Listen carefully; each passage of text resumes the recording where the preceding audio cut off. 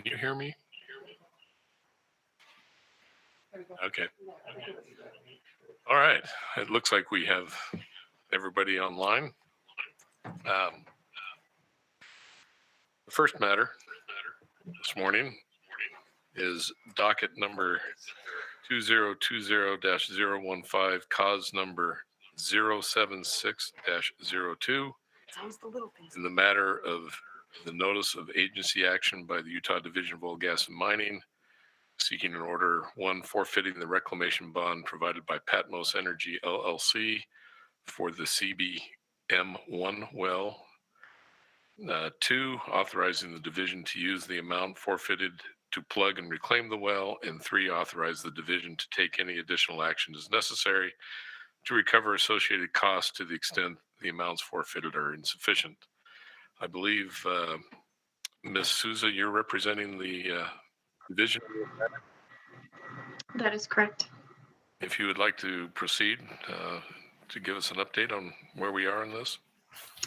Yes, so Mr. Mayo is representing the trustee in this case, and he has actually been working very diligently over the course of the last week to be able to provide the board with a meaningful update. So I will turn the time over to Mitch, as he will be better at giving specific details than I will be. Okay, thank you. Please proceed, Mr. Mayo. Thank you very much, Chairman and Haley. I appreciate you taking the time today. Mitch Mayo of Lear & Lear on behalf of Patmos Energy. The update that Haley mentioned is, I think, the division and I both think is a fairly positive update. We are getting closer. Unfortunately, it is not plugged yet. A couple of weeks ago, Haley, in preparation for this hearing, reached out to me to see a status update. Despite trying to reach the trustee for a couple of weeks, I've had difficulty doing so. I found out about a week and a half ago he'd been in the hospital for a couple of weeks. Long story short, he has essentially turned over the kind of closing of the loop on the Utah side to me. And so the last week and a half I've spent with Haley and Dustin kind of in the loop, talking to the contractor for Gray Rock, Mr. Greg Harbison, and committing his schedule, figuring out what works. And I have also gotten a check from the trustee for the initial payment for the contract. That is in our offices, waiting to be given to Mr. Harbison when the contract when he started the plugging work. The short answer is the rig that Mr. Harbison is going to use to plug this well will be available on December 22nd. He's anticipating doing all of the pre-work for plugging this well before the 1st of January. And he said that what he would like to do is send his crew down there for 5 days, January 4th to the 8th, and it should be plugged at that point, barring any downhole problems or unforeseen issues. So the short version is we're making progress. We're significantly closer, and it's my belief that absent some change that is unforeseen at this point, that it should be plugged and well on its way to being reclaimed by the January board hearing. And with that, I'm done unless the board has any questions. Thank you, Mr. Mayo. Board members, do you have any questions?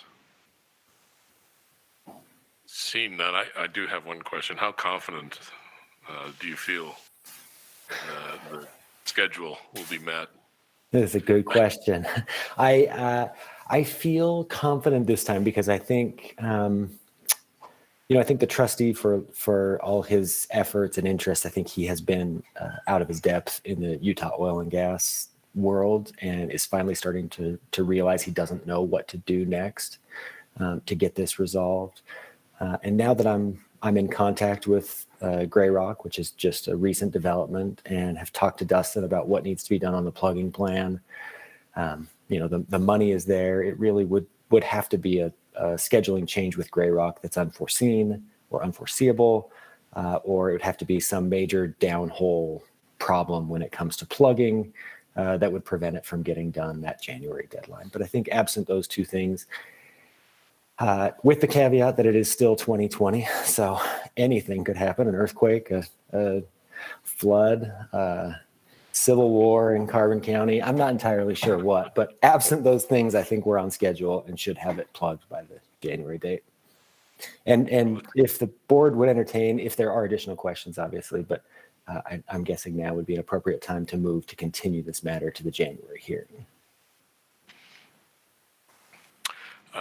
Board members, any objections to that? Seeing none. Division, any objections to that? No objections. I don't think there's any formal motions that or votes that need to be taken on that. So I would think that we can just go ahead and grant that this will be considered again in the January hearing. Sure. If we don't need a board vote, I'm happy to do that, and I will adjourn. I think that that's appropriate. Okay. That we can move forward.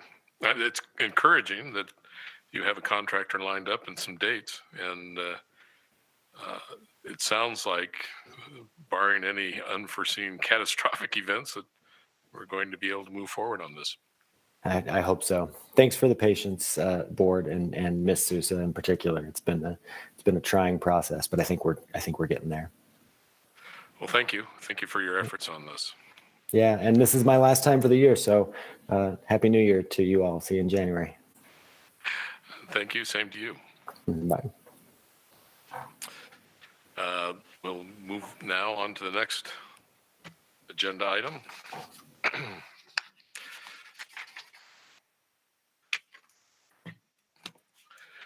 The second agenda item is docket number 2020-027, cause number 196-52, in the matter of notice of agency action by the Division of Oil, Gas, and Mining seeking an order forfeiting the reclamation bonds provided by Pacific Energy and Mining Company for reclamation of associated wells and other related relief.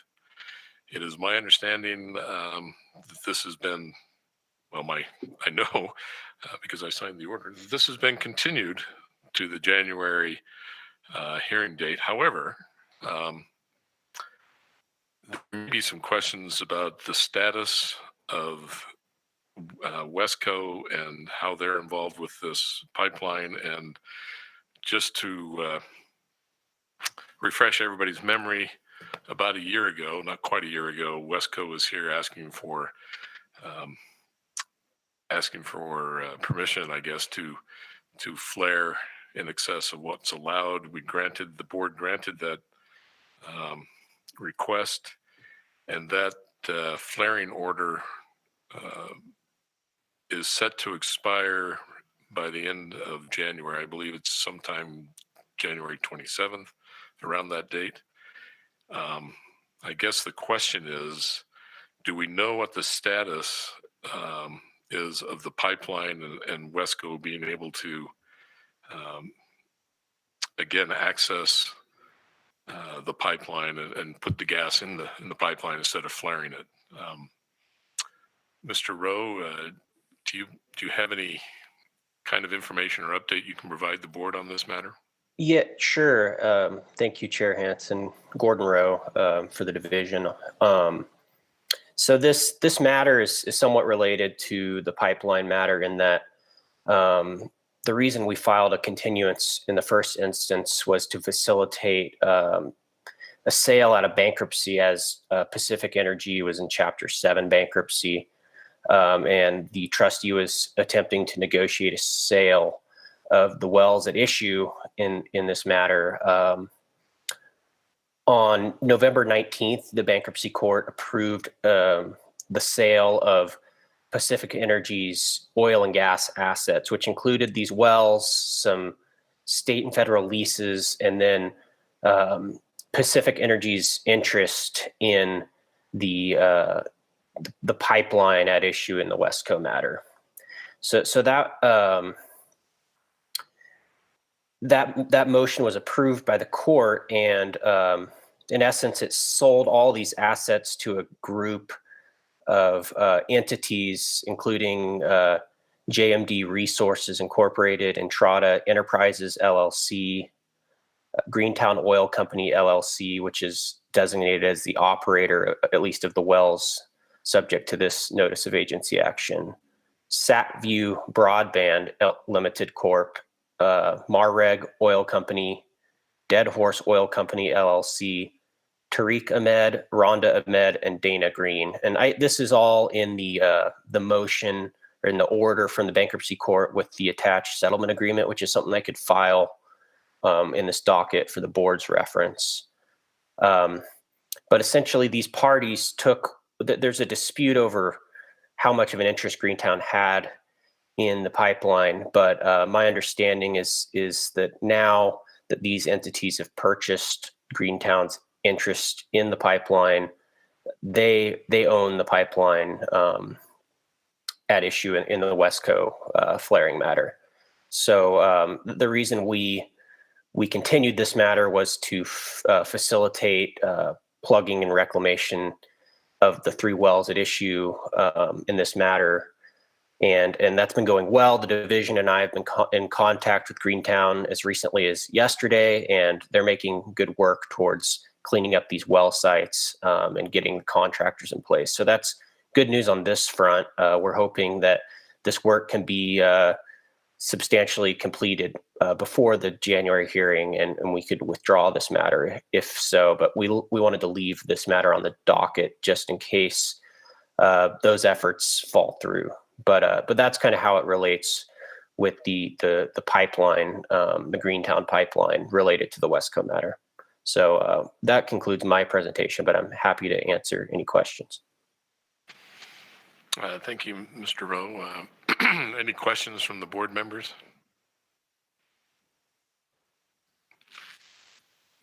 Seeing none.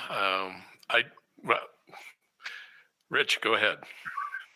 Would anyone care to hazard a guess on when the pipeline would be operational, or could be?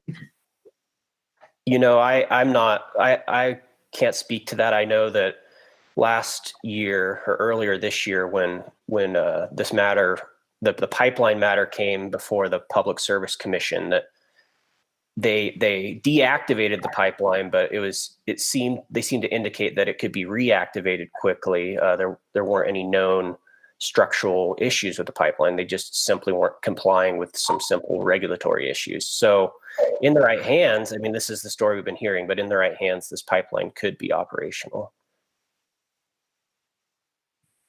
Thank you.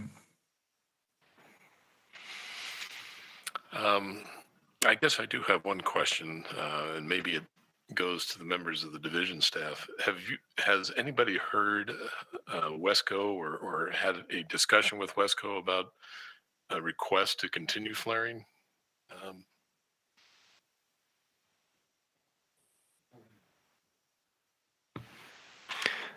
Yes, if I could, the petroleum engineer Dustin Doucette, I believe, has been in conversation. I'm not sure if he's got a live link.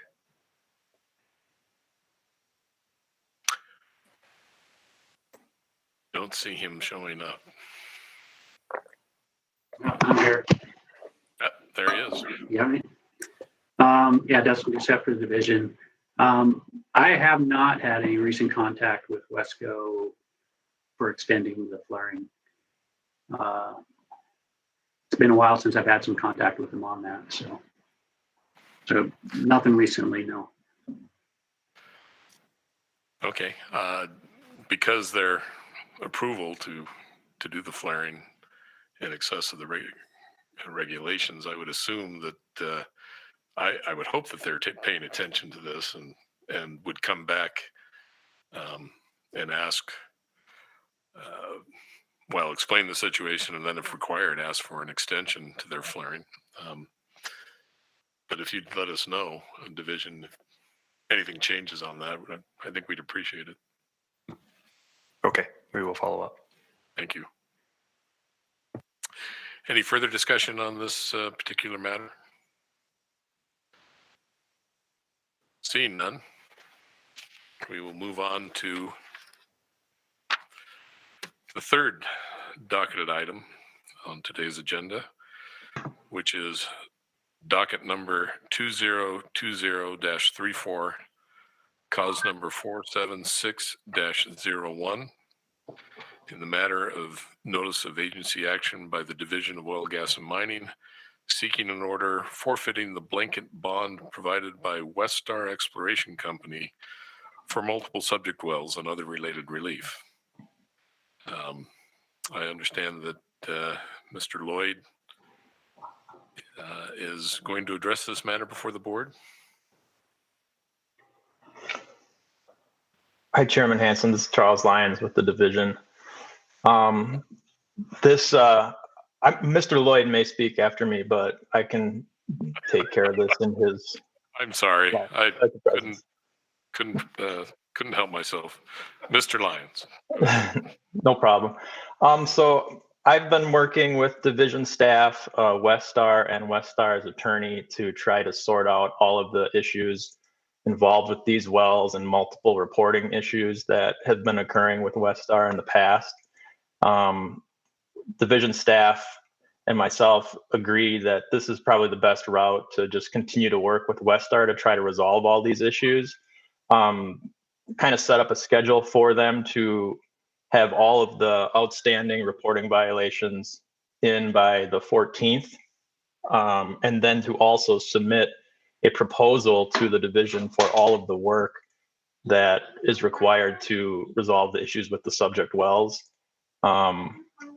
Then January 11th, there would be a status report given to the board about whether or not this is a matter that is going to be handled by the division with the operator, or if it's something that needs to continue forward before the board. So we're optimistic that this will be able to be resolved without action before the board, but we'll see pending the proposal submitted, which is due January 4th from Westar. Other than that, if anybody has any questions about that, I'm happy to answer them, but we will see what happens going forward.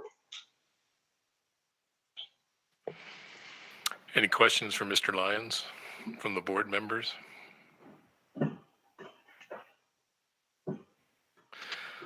Well, seeing none, since this matter is continued to January, we will look forward to hopefully a satisfactory resolution to this matter. Is there anything else that board members would like to present or the division would like to present at this time that is not currently on the agenda? Seeing none, I guess I'll entertain a motion to adjourn until the January hearing. So moved. All Second. in favor, say thank you. All in favor? Aye. Aye. Great. Well, we are adjourned until January hearing date. Thank you all for your attendance.